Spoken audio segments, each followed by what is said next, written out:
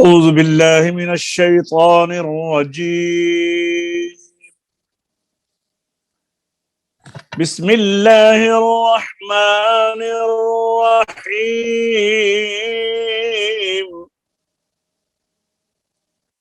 ورتل القرآن ترتيلا.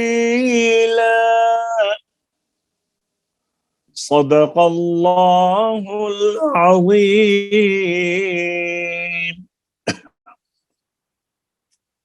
السلام علیکم ورحمۃ اللہ وبرکاتہ. درس تجوید و قرات کے نئے سبق کے ساتھ فقیر محمد مسعودی آپ کی خدمت میں حاضر ہے. تو آئیے آج کے نئے سبق کی طرف ہم چلتے ہیں. جیسا کہ آپ کا علم ہے کہ پچھلے درس میں ہم نے 5واں لمحہ اس کا آغاز کیا تھا. 5واں لمحہ اس میں صفات کا بیان ہے. صفات کی تعریف ہم نے پڑھی تھی، پھر ہمس اور جہر. تو ایک دفعہ پھر دیکھ لیں. صفات جن کیفیتوں سے حروف ادا ہوتے ہیں ان کیفیتوں کو صفات کہتے ہیں. اور وہ دو طرح کے ہیں. ایک وہ کہ اگر وہ صفت ادا نہ ہو تو وہ حرف ہی نہ رہے، ایسی صفت کو ذاتیہ اور لازمہ اور ممیزہ اور مقومہ کہتے ہیں. اور ایک وہ کہ اگر وہ صفت ادا نہ ہو تو حرف تو وہی رہے مگر اس کا حسن و زینت نہ رہے، اور ایسی صفت کو محسنہ، مزینہ، محلیہ، عارضیہ کہتے ہیں. میرے استاد گرامی نے آئیے دیکھیے یہ حاشیہ لکھا ہے اس کتاب کے اوپر، تو وہ کیا کہتے ہیں ان کا ذرا حاشیہ بھی دیکھنا. فرماتے ہیں صفت کی یہ جو ہے نا، یہ وہ صفات کہتے ہیں، ان کیفیتوں کو صفات کہتے ہیں. پہلی لائن میں جن کیفیتوں سے حروف ادا ہوتے ہیں ان کیفیتوں کو صفات کہتے ہیں. تو صفات میں حاشیہ انہوں نے یہ دیا ہے. صفات کسے کہتے ہیں؟ یعنی مخرج سے پیدا ہوتے وقت حرف کی آواز میں جو کیفیت یا حالت ہونی چاہیے اس کو صفت کہا جاتا ہے. سمجھا گئی بات جناب؟ مخرج سے پیدا ہوتے وقت آواز، حرف کی آواز میں جو کیفیت حالت ہوتی ہے اس کو صفت کہا جاتا ہے. آگے دوسرا کہتے ہیں اگر وہ صفت ادا نہ ہو تو وہ حرف ہی نہ رہے. یعنی صفت لازمہ کی تعریف کہ وہ صفت جو حرف میں ہمیشہ پائی جائے، اور اگر صفت ادا نہ ہو تو حرف ہی نہ رہے یا ناقص ادا ہو. ٹھیک ہے جی. آگے صفت کا نام، یہاں بھی انہوں نے حاشیہ دیا ہے نمبر 3. ایسی صفات کو ذاتیہ، لازمہ اور ممیزہ اور مقومہ، اور لازمہ کے اوپر انہوں نے حاشیہ دیا ہے نمبر 3. زیادہ تر صفت لازمہ ہی بولتے ہیں. آگے صفات عارضہ کی تعریف میں انہوں نے کہا ہے کہ وہ صفت جو حرف میں کبھی ہو کبھی نہ ہو، اگر وہ نہ پائی جائے حرف تو وہی رہے مگر اس کا حسن و زینت نہ رہے. تو اس میں اور بھی نام ہے مزینہ، محلیہ، لیکن زیادہ تر صفت عارضہ ہی بولتے ہیں. ٹھیک ہے جی. تو آگے صفت ہمس کی تعریف جب کی ہے تو وہاں پر انہوں نے یہ فرمایا ہے کہ ہمس کی تعریف، کہتے ہیں ہمس کی اصلی تعریف بس اسی قدر ہے،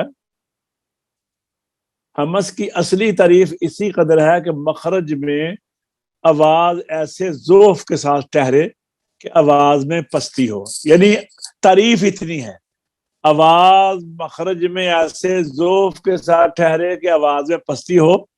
یہ مفہوم لغت کی مدد سے اگر آپ کسی بھی لغت کی کتاب میں چلے جائیں تو وہاں سے دیکھیں گے نا، تو وہاں لفظ ہمس کو اس کو انہوں نے یہی کہا ہے. باقی یہ رہ گئی کہ سانس جاری رہ سکتا ہے تو کہتے ہیں اس کو تعریف میں داخل نہ سمجھا جائے، بلکہ یہ علامت یہ ہے کہ محموسہ حرف کو ساکن ادا کریں، مثلا اف تو پست آواز کے ساتھ سانس کی ہوا نکلتی ہے، کیونکہ سانس کچھ آواز بنتا ہے اور کچھ اپنی تنفسی حالت پر سانس ہی رہتا ہے. ٹھیک ہے جی. آگے انہوں نے کہا جی جہر کی معنی ہے بلند آواز. تعریف اس قدر ہے کہ مخرج میں آواز ایسی قوت سے ٹھہرے کہ آواز بند ہو جائے اور سانس جاری رہنا بند ہو جائے. تعریف سے یہ خارج ہے، بعض علامت ہے. اس کا مطلب یہ ہے کہ مجہورہ حرف کو ساکن ادا کریں، مثلا تو اس میں تمام آواز بلند ہوگی کیونکہ تمام سانس آواز بن جاتا ہے. تو جناب یہ ہم نے ابھی پڑھا ہے حاشیہ. تو آئیے اب ہم چلتے ہیں اس کے متن کی طرف. ایسا ذرا پڑھیے. جن کیفیتوں سے حروف ادا ہوتے ہیں، اس سے آگے نمبر 1 صفت نمبر 1 ہمس. صفت نمبر 1 ہمس. اور جن حروف میں یہ صفت پائی جائے ان کو محموسہ کہتے ہیں. مطلب اس صفت کا یہ ہے کہ ان حروف کے ادا کرنے کے وقت. اچھا، اوپر حروف بھی جمع ہے لیکن اوپر حرفوں لکھا ہوا ہے وہ بھی جمع ہے. چلو. آواز مخرج میں ایسے ذوف کے ساتھ ٹھہرے کہ سانس جاری رہ سکے اور آواز میں ایک قسم کی پستی ہو، اور ایسے حرف 10 ہیں جن کا مجموعہ یہ ہے فخصہ شخص سقط. نمبر 2 جہر. اور جن حرفوں میں یہ صفت پائی جائے ان کو مجہورہ کہتے ہیں.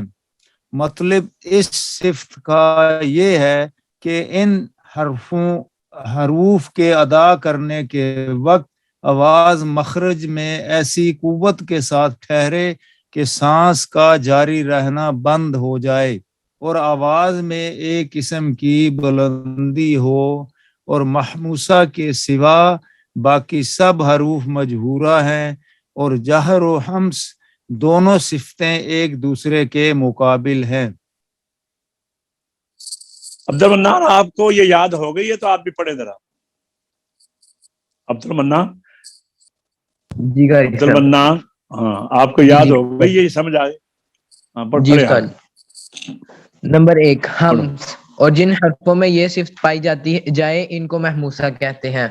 مطلب اس کا یہ ہے کہ ان حرفوں کے ادا کرنے کے وقت آواز مخرج میں ایسے ذوف کے ساتھ ٹھہرے کہ سانس جاری رہ سکے اور آواز میں ایک قسم کی پستی ہو، اور ایسے حرف 10 ہیں جن کا مجموعہ ہے فحثہ شخص سکت. نمبر 2 جہر. اور جن حرفوں میں یہ صفت پائی جائے ان کو مجہورہ کہتے ہیں. مطلب اس صفت کا یہ ہے کہ ان حروف کے ادا کرنے کے وقت آواز میں ایسی قوت کے ساتھ ٹھہرے کہ سانس جاری آواز مخرج میں جی آواز مخرج میں ایسی قوت کے ساتھ ٹھہرے کہ سانس کا جاری رہنا بند ہو جائے اور آواز میں ایک قسم کی بلندی ہو، اور محموسہ کے سوا تمام باقی حروف مجہورہ ہیں. ہمس دونوں صفتیں جہر اور ہمس دونوں صفتیں ایک دوسرے کے مقابل ہیں.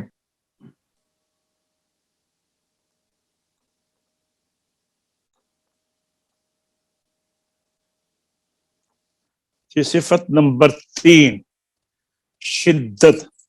راجہ صاحب ذرا آپ پڑھ لیجئے.